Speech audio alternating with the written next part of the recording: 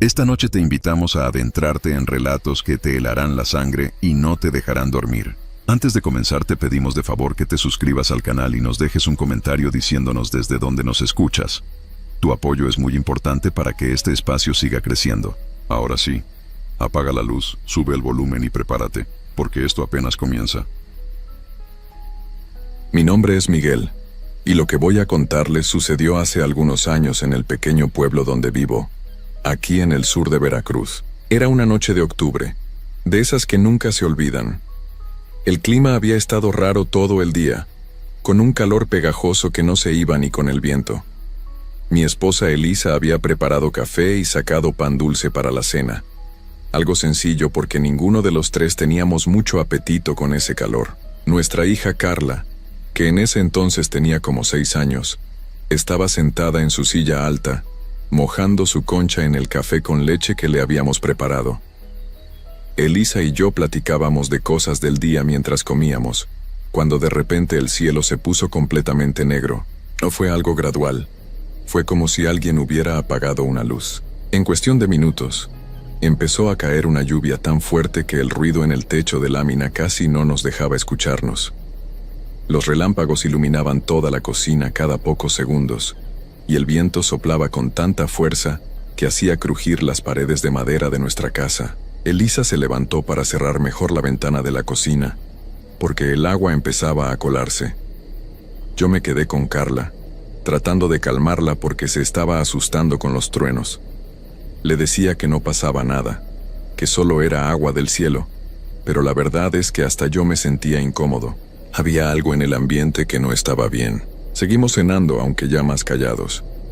El reloj de la pared marcaba casi las 11 de la noche, cuando escuchamos algo que nos heló la sangre. 3 golpes secos en la puerta principal, claros, fuertes, como si alguien golpeara con los nudillos directamente sobre la madera.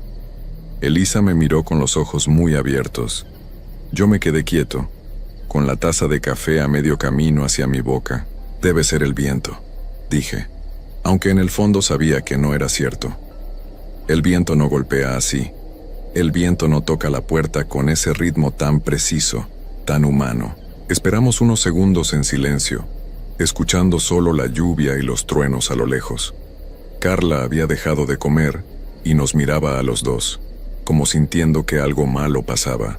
Entonces volvió a pasar, esta vez más fuerte, más insistente. «Miguel», susurró Elisa con la voz temblorosa, «no abras». Ni siquiera había pensado en abrir. Algo en mi interior me decía que no debía hacerlo.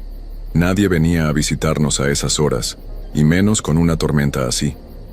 Nuestros vecinos más cercanos vivían a varios metros de distancia, y todos sabían que no se salía de casa cuando llovía de esa manera. Me levanté despacio de la mesa haciendo señas a Elisa de que se quedara con Carla. Caminé hacia la puerta con cuidado, tratando de no hacer ruido, aunque no sé por qué. Si había alguien ahí afuera, ya sabía que estábamos dentro. Me acerqué y puse la mano sobre la madera, sintiendo las vibraciones de la lluvia. Estaba a punto de preguntar quién era cuando los golpes cambiaron de lugar. Ahora venían de la ventana de la cocina, justo detrás de donde habíamos estado sentados. Me di la vuelta tan rápido que casi pierdo el equilibrio.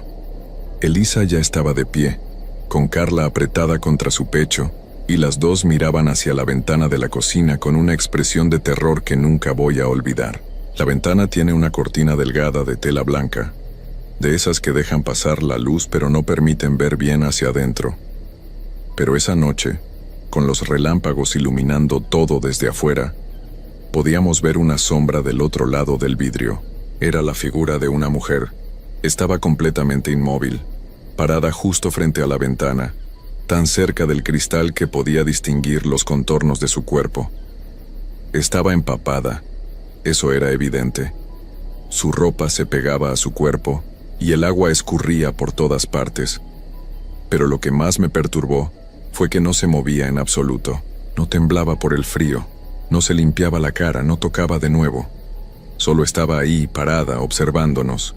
«Miguel», dijo Elisa con voz ahogada, «¿quién es?». No pude responder. Caminé despacio hacia la ventana con el corazón golpeándome en el pecho como un tambor. Cada paso que daba sentía que mis piernas se volvían más pesadas.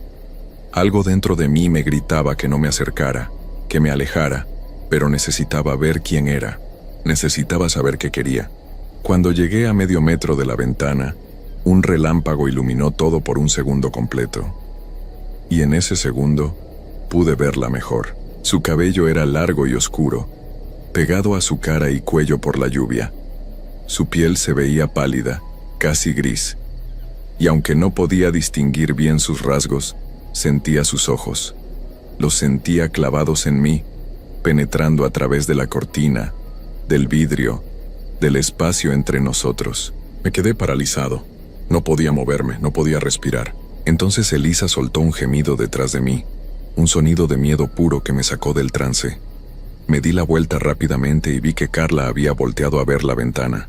Sus ojos se estaban llenando de lágrimas. «No mires, mi amor, no mires», le decía a Elisa tratando de cubrir su carita con las manos. Tomé una decisión en ese momento. No iba a permitir que esa cosa, fuera lo que fuera, asustara más a mi familia. Caminé rápidamente hacia ellas.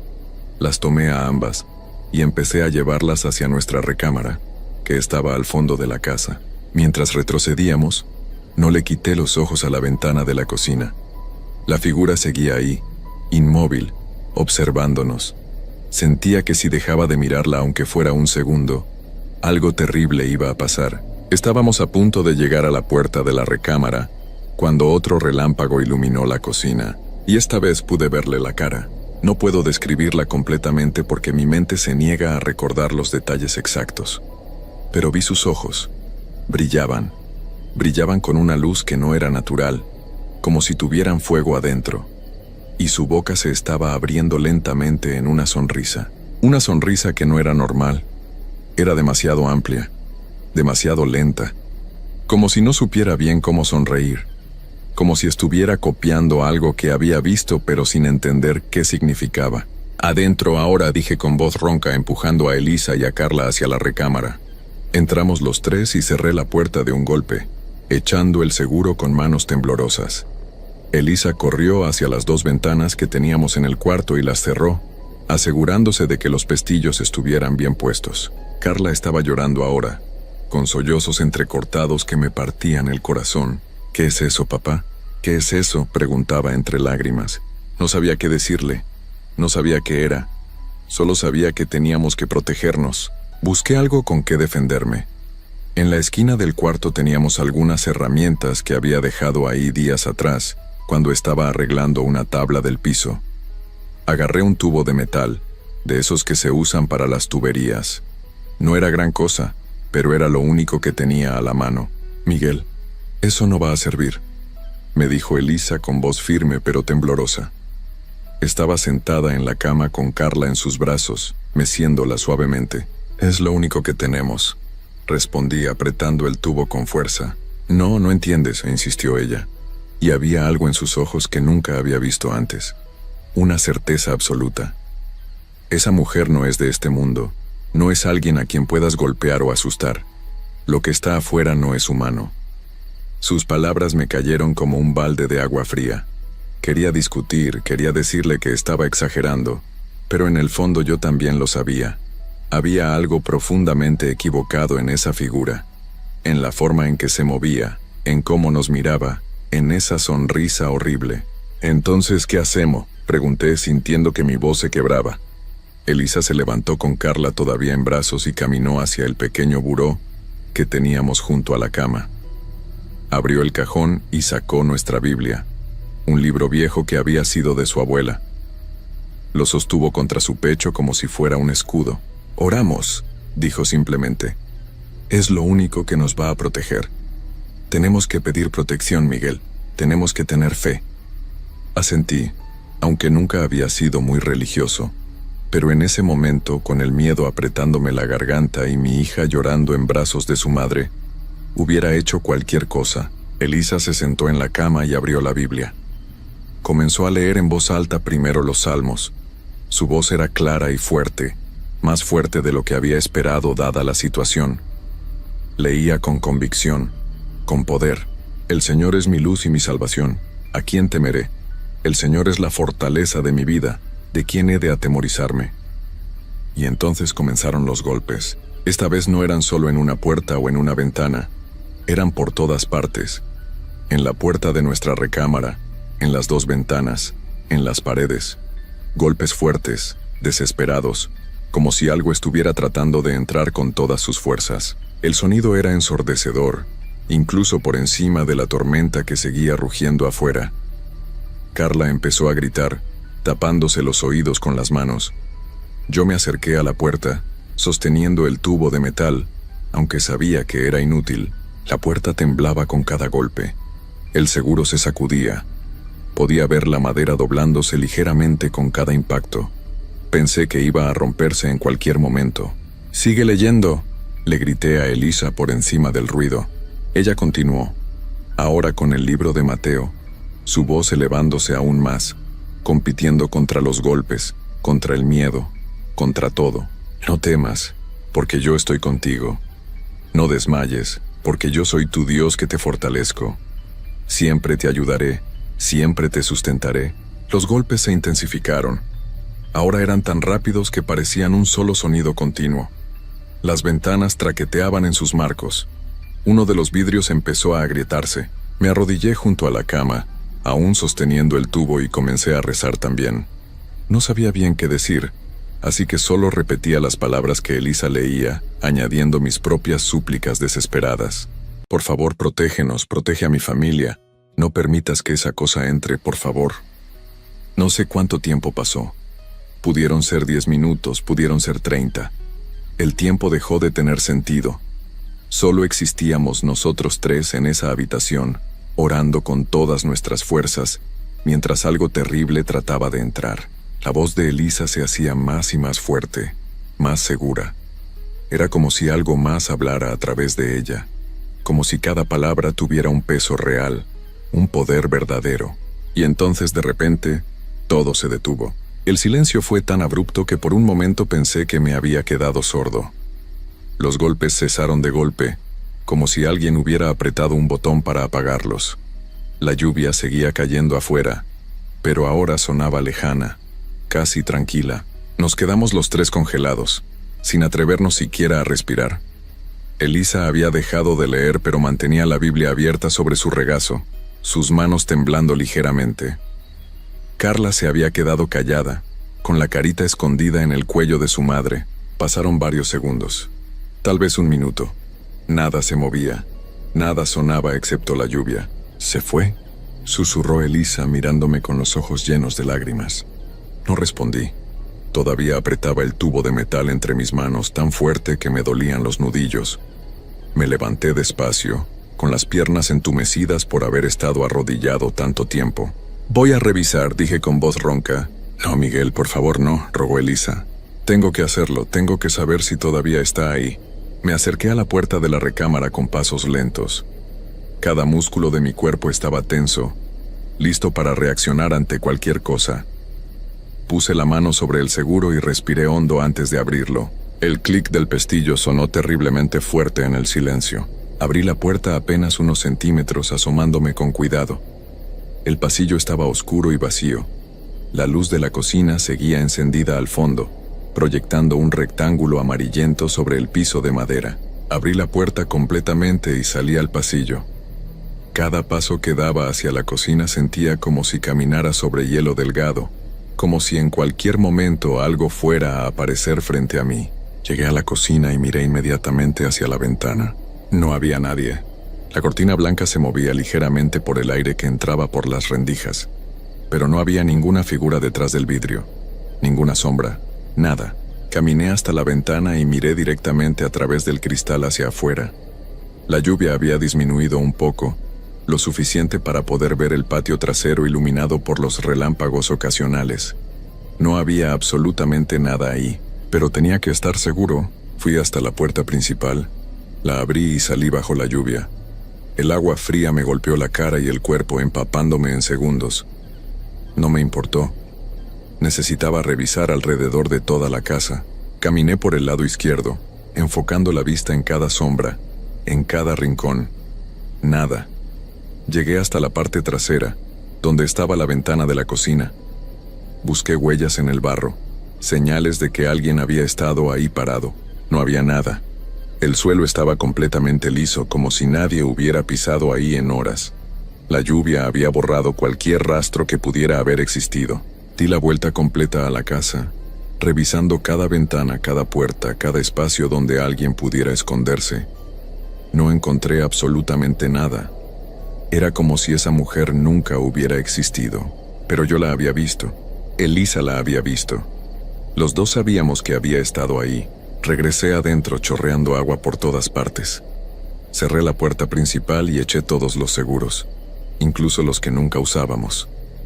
Mis manos temblaban tanto que apenas podía hacerlo. Cuando volví a la recámara, Elisa y Carla seguían exactamente en la misma posición.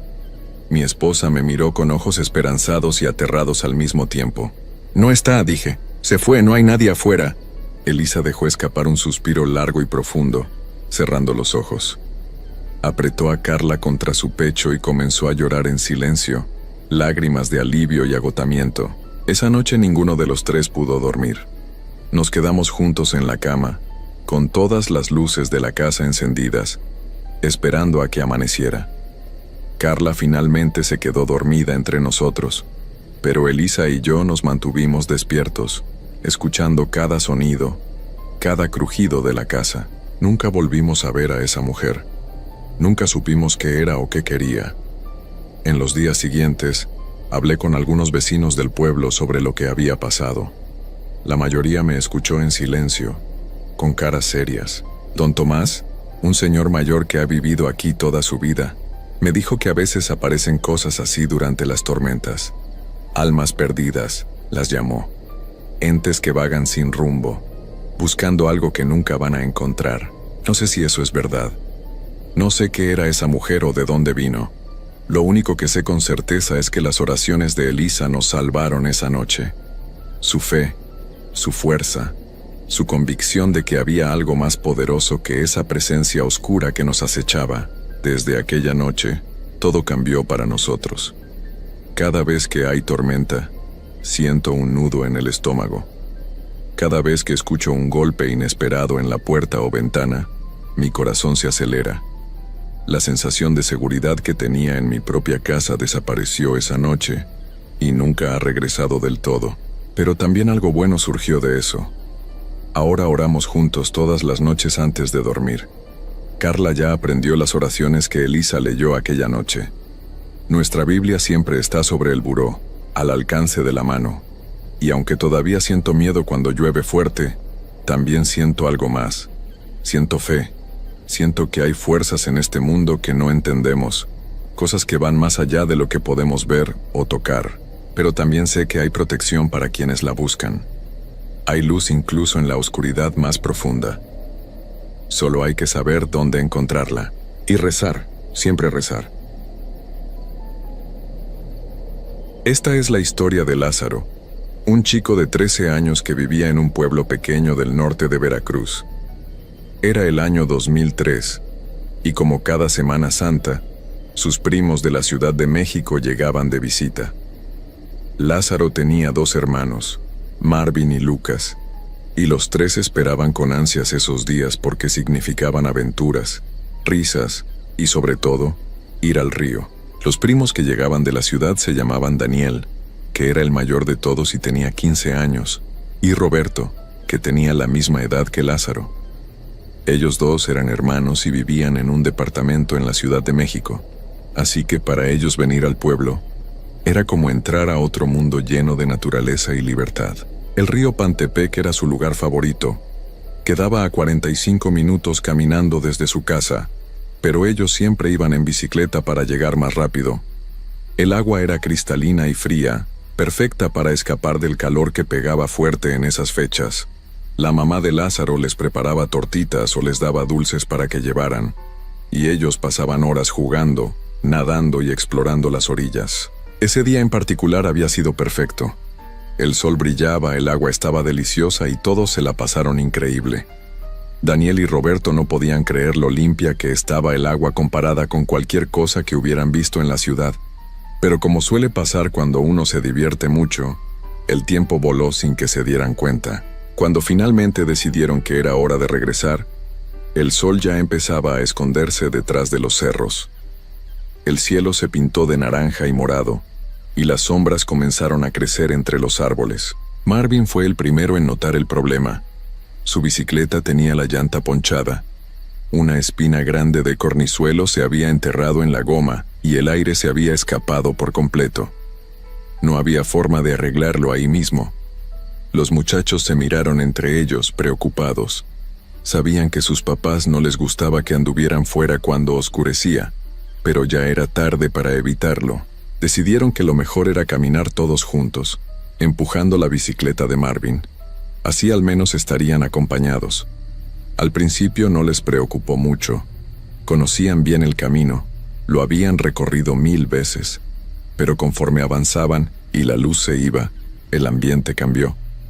Los sonidos del monte se volvieron más fuertes, más extraños. El canto de los grillos parecía más intenso, y de vez en cuando escuchaban crujidos entre los arbustos que los hacían voltear nerviosos. Iban platicando para distraerse del miedo que empezaba a meterse entre ellos cuando, de pronto, Daniel se detuvo en seco.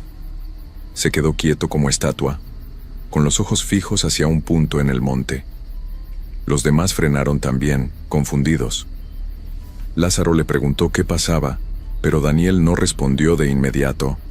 Solo levantó el brazo lentamente y señaló hacia un encino grande que se alzaba a unos metros del camino. Con voz temblorosa, Daniel dijo que había visto a una mujer escondida detrás del árbol. Los otros muchachos se rieron nerviosos. Pensaron que era una broma, un intento de asustarlos. Roberto le dijo a su hermano que no anduviera inventando cosas. Pero cuando vieron la cara de Daniel pálida y seria, las risas se apagaron. Él no estaba jugando. Algo en sus ojos les decía que hablaba en serio. Lázaro sintió un escalofrío recorrerle la espalda.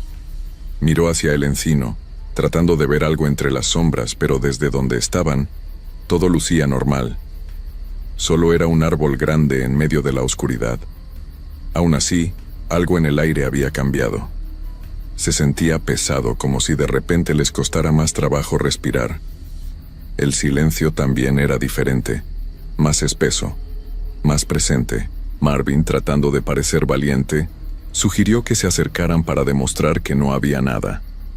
Los demás dudaron, pero la curiosidad y el orgullo pudieron más que el miedo. Caminaron despacio hacia el encino, dejando las bicicletas atrás. Con cada paso el aire se ponía más frío. Lázaro notó que ya no escuchaba los grillos ni ningún otro sonido del monte. Era como si todo hubiera dejado de existir excepto ellos y ese árbol. Cuando estaban a unos 10 metros de distancia, la vieron. Al principio fue solo un movimiento, algo blanco que se asomó por el lado del tronco. Luego vieron la cara. Era el rostro de una mujer, pero no era normal. Tenía la boca abierta de una forma imposible, como si su mandíbula se hubiera desencajado. El interior era completamente negro, un vacío profundo que parecía tragarse la poca luz que quedaba. Sus ojos también eran negros, sin nada de blanco ni color, solo oscuridad pura que los miraba fijamente. Llevaba puesto un vestido blanco que brillaba suavemente en la penumbra, como si tuviera luz propia. El vestido se movía aunque no había viento. Lázaro sintió que sus piernas dejaron de responderle.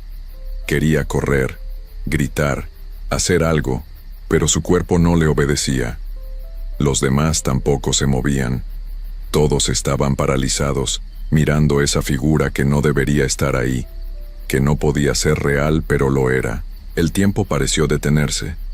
No sabían si habían pasado segundos o minutos cuando Lucas, el hermano menor de Lázaro, soltó un grito agudo que rompió el silencio. Ese sonido fue como una señal. De golpe, todos reaccionaron.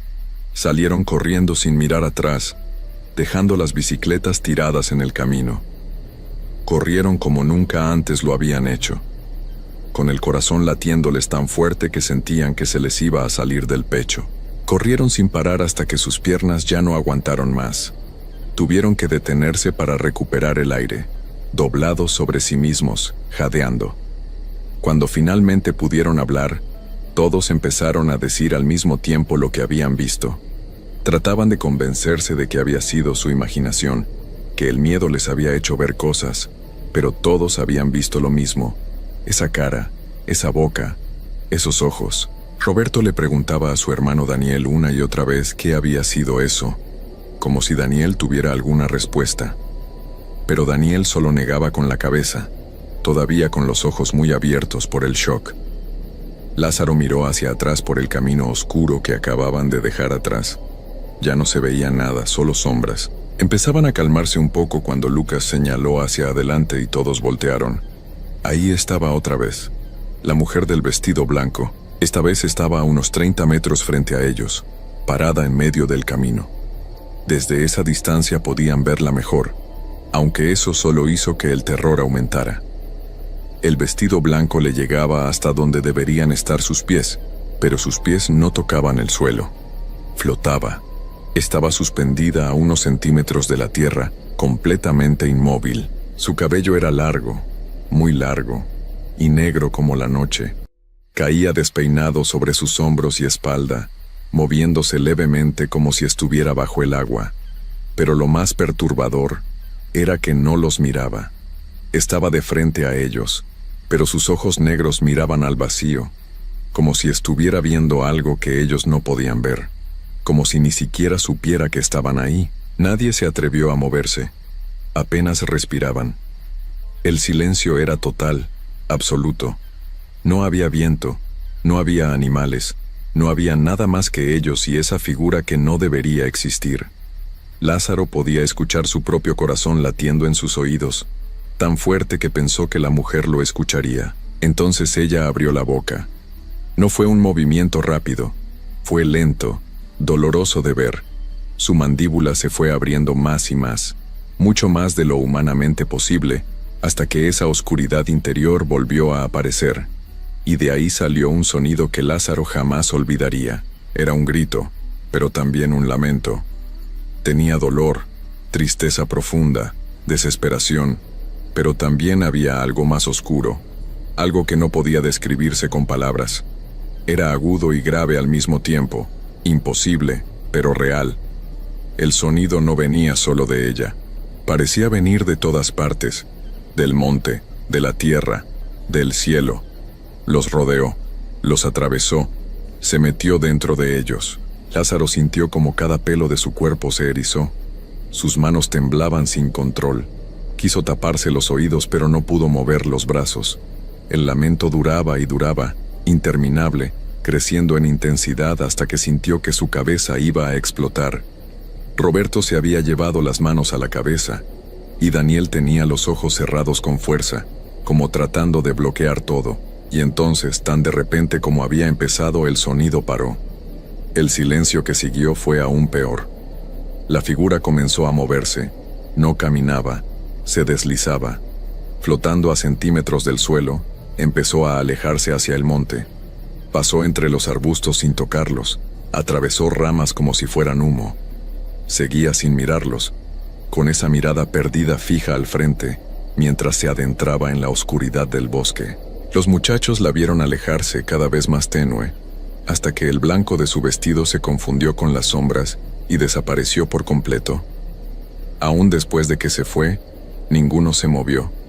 Seguían congelados, esperando que volviera a aparecer, que todo hubiera sido una pesadilla. Pasaron varios minutos antes de que alguien se atreviera a hablar. Fue Lucas quien rompió el silencio con un susurro tembloroso, preguntando si ya se había ido. Nadie respondió porque nadie estaba seguro. Lázaro tenía ganas de llorar, pero se aguantó. Tenía que ser fuerte, tenía que pensar qué hacer. Entonces vieron luces acercándose por el camino. Era una camioneta. Los faros iluminaron el sendero, y a los muchachos, que seguían abrazados unos a otros, temblando. El vehículo se detuvo y de él bajó don Marcos, un amigo del papá de Lázaro, un hombre mayor del pueblo que conocía esos caminos mejor que nadie. Don Marcos los miró con una mezcla de preocupación y enojo. Les preguntó qué hacían ahí solos a esas horas. Las palabras salieron atropelladas de las bocas de todos, contándole lo que habían visto, la mujer del vestido blanco, el grito horrible, cómo flotaba sin tocar el suelo. Daniel, con voz quebrada, le contó que él la había visto primero junto al encino. El rostro de don Marcos se puso serio. Ya no había enojo en sus ojos, solo preocupación profunda. Les dijo que subieran a la camioneta inmediatamente. Mientras arrancaba, con voz grave y calmada, les confirmó lo que ninguno quería escuchar. Lo que habían visto era la Llorona. Les explicó que ella aparecía cerca del río, especialmente cuando oscurecía, que muchas personas del pueblo la habían visto a lo largo de los años, que no era una historia inventada para asustar niños, era algo real. Pero lo que más les preocupó fue lo que dijo después. Les advirtió que verla una vez era malo, pero verla 2 veces en la misma noche era muy grave. Y si alguna vez la veían una tercera vez, significaba que ya los había marcado, que vendría por ellos. Las palabras de don Marcos cayeron como piedras en el estómago de Lázaro. Habían visto a la Llorona 2 veces. Roberto agarró fuerte la mano de su hermano Daniel, quien seguía pálido y en silencio. El camino de regreso a casa fue silencioso. Nadie hablaba. Solo se escuchaba el motor de la camioneta y algún sollozo ahogado de Lucas. Lázaro miraba por la ventana hacia la oscuridad del monte, rezando por no ver nada blanco entre los árboles, por no escuchar ese lamento otra vez. Daniel iba con la mirada perdida, como si todavía estuviera viendo algo que los demás no podían ver. Cuando llegaron a la casa, la mamá de Lázaro salió corriendo. Había estado muy preocupada porque ya era muy tarde y no sabían dónde estaban los muchachos, pero cuando vio sus caras, pálidas y llenas de miedo, supo que algo malo había pasado. El papá de Lázaro también salió y don Marcos les contó todo. Los padres se miraron entre ellos con una expresión que los muchachos no supieron descifrar. No era sorpresa. Era como si ya supieran de qué estaban hablando, como si hubieran escuchado historias parecidas antes. La mamá los metió a la casa rápidamente y les preparó chocolate caliente, pero nadie tenía ganas de tomarlo.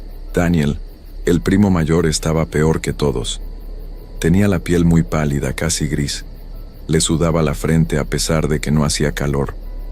Se sentó en una silla, pero parecía que le costaba trabajo mantenerse derecho.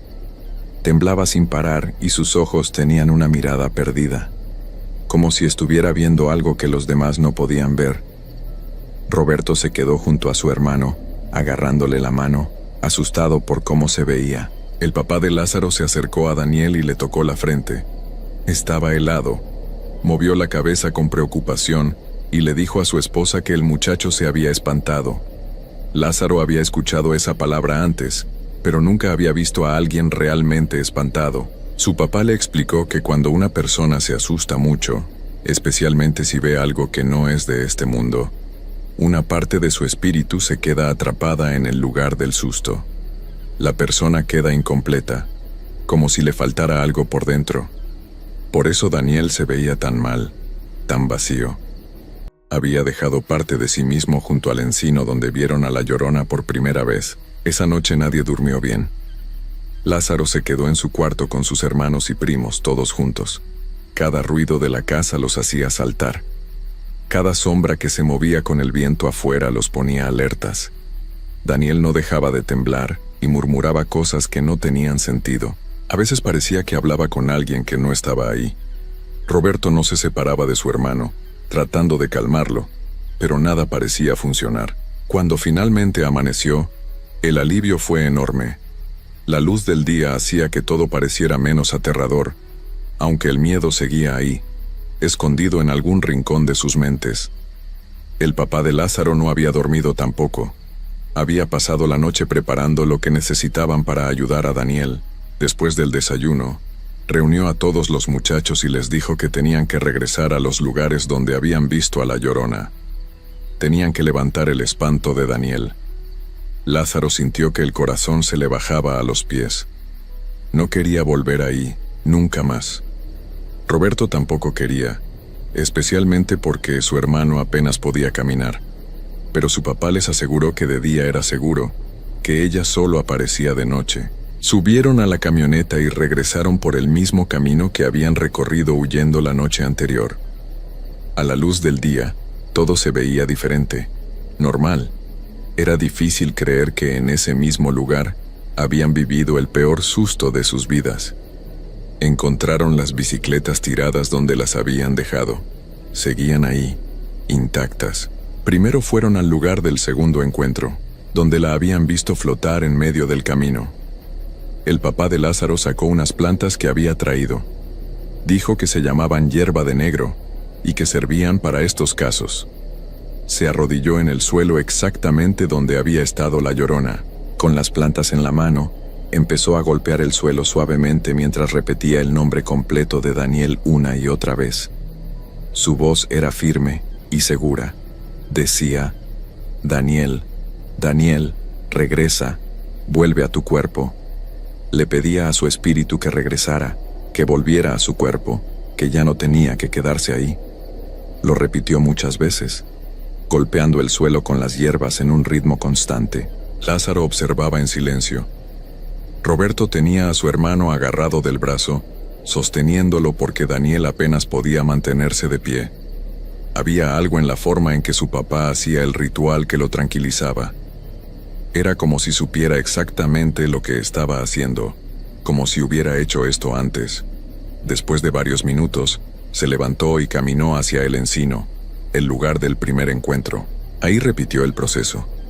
Arrodillado junto al gran tronco del árbol, golpeó la tierra con las hierbas mientras llamaba al espíritu de Daniel. El sol ya estaba alto y la luz se filtraba entre las ramas, haciendo que todo pareciera pacífico. Era difícil imaginar que en ese mismo lugar, apenas unas horas antes, habían visto esa cara terrible, esa boca imposible, esos ojos vacíos. Cuando terminó, recogió las hierbas y las guardó con cuidado. Les dijo a los muchachos que ya podían irse, que el espíritu ya había sido llamado de vuelta. De regreso a casa, Daniel parecía un poco mejor. Todavía estaba pálido, pero ya no temblaba tanto. Roberto notó que su hermano empezaba a responder cuando le hablaba, algo que no había hecho en toda la mañana. La mamá de Lázaro los estaba esperando con un té que había preparado. Era de hierbas y olía muy fuerte. Les dijo que todos tenían que tomárselo, especialmente Daniel. El sabor era horrible, amargo y difícil de tragar, pero se lo tomaron todo. Después los mandó a acostar, bien tapados con muchas cobijas aunque hacía calor. Les explicó que tenían que sudar, que así el susto se iba a salir del cuerpo junto con el sudor. Lázaro se metió a la cama con sus hermanos. Roberto se acostó junto a Daniel para cuidarlo. El calor de las cobijas era sofocante, pero obedecieron. Lázaro cerró los ojos y trató de descansar, aunque cada vez que estaba a punto de dormirse, veía de nuevo esa cara, esa boca abierta, ese vestido blanco flotando. Pasaron las horas, sudaron tanto que las sábanas quedaron empapadas. Pero poco a poco, el malestar empezó a pasar. El peso que sentían en el pecho se fue haciendo más ligero. Cuando finalmente se levantaron, Daniel pidió comida. Eso fue una buena señal. La mamá de Lázaro sonrió aliviada y le preparó un plato grande. El muchacho se lo comió todo, con apetito, y poco a poco el color volvió a su cara. Roberto suspiró de alivio al ver a su hermano recuperarse. Los días siguientes fueron tranquilos. Nadie mencionaba lo que había pasado, como si al no hablar de ello pudieran olvidarlo más rápido. No volvieron al río en lo que quedaba de vacaciones. Ni siquiera pasaban cerca del camino que llevaba hacia allá. Se quedaban jugando en el patio de la casa o en las calles del pueblo, siempre donde hubiera gente cerca. Lázaro notó que algo había cambiado en todos ellos. Ya no eran tan atrevidos como antes. Cuando empezaba a oscurecer, todos buscaban estar dentro de sus casas. Ya no se les ocurría andar por los caminos solos. Habían aprendido la lección de la forma más dura. Daniel y Roberto, que antes se burlaban de las historias del pueblo, ya no decían nada. Ahora sabían que esas historias eran reales. Daniel y Roberto se fueron unos días después, cuando terminaron las vacaciones. Daniel, ya completamente recuperado, se despidió de ellos con un abrazo largo. Antes de subir al autobús, le dijo a Lázaro en voz baja que nunca le iba a contar a nadie lo que había pasado porque nadie les iba a creer. Roberto asintió junto a su hermano. Lázaro sabía que tenían razón. En la ciudad, Nadie creería una historia así. Pasaron los años y Lázaro creció. Dejó de ser ese niño de 13 años asustado y se convirtió en un joven, luego en un adulto, pero nunca olvidó esa noche. A veces, cuando pasaba cerca de ese camino, incluso de día, sentía un escalofrío. Nunca volvió a caminar por ahí cuando oscurecía. Con el tiempo escuchó más historias de personas del pueblo que también habían visto a la Llorona. Historias viejas y nuevas, todas muy parecidas.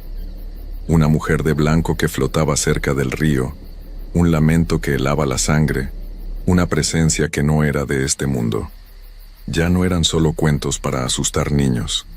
Lázaro sabía la verdad. A veces, en las noches tranquilas, cuando todo está en silencio, Lázaro piensa en esa experiencia. Piensa en cómo el mundo que creía conocer resultó ser mucho más grande y más extraño de lo que imaginaba. Piensa en que hay cosas que no se pueden explicar con lógica. Cosas que existen aunque no queramos creerlas. Sus hermanos tampoco hablaban mucho del tema, pero él sabía que ellos tampoco habían olvidado. A veces se cruzaban miradas cuando alguien mencionaba el río o cuando se acercaba la Semana Santa. En esas miradas había un entendimiento silencioso, un recuerdo compartido de algo que solo ellos sabían que era completamente real. Nunca más volvió a ver a Daniel y Roberto, pero estaba seguro de que ellos también recordaban cada detalle de aquella noche. Lázaro aprendió a respetar los caminos oscuros, a no tentar a la suerte andando solo por lugares donde no debía. Aprendió que las advertencias de los mayores no eran solo supersticiones, que había razones reales para tener cuidado. Y sobre todo, aprendió que la Llorona no era una leyenda, no era un invento, no era solo una historia que se cuenta para asustar, era real. Tan real como el río donde jugaba, tan real como el pueblo donde creció, tan real como el miedo que sintió esa noche. Y aunque ahora vive lejos de aquel pueblo del norte de Veracruz, aunque han pasado muchos años, todavía recuerda con claridad absoluta esa cara imposible, esa boca abierta como un agujero negro, esos ojos vacíos que lo miraron sin verlo.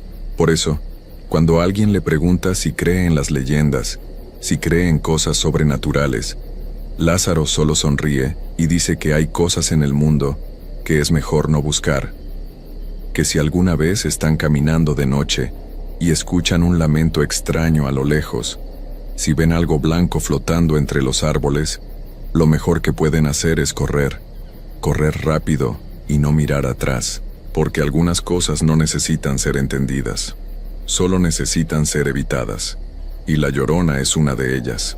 No importa si otros creen o no en su historia. Lázaro sabe lo que vio, sabe lo que escuchó, sabe que en algún lugar cerca de ese río, en las noches oscuras ella sigue ahí, esperando, lamentándose, flotando entre los árboles con su vestido blanco brillando en la oscuridad, y eso es algo que nunca va a olvidar mientras viva,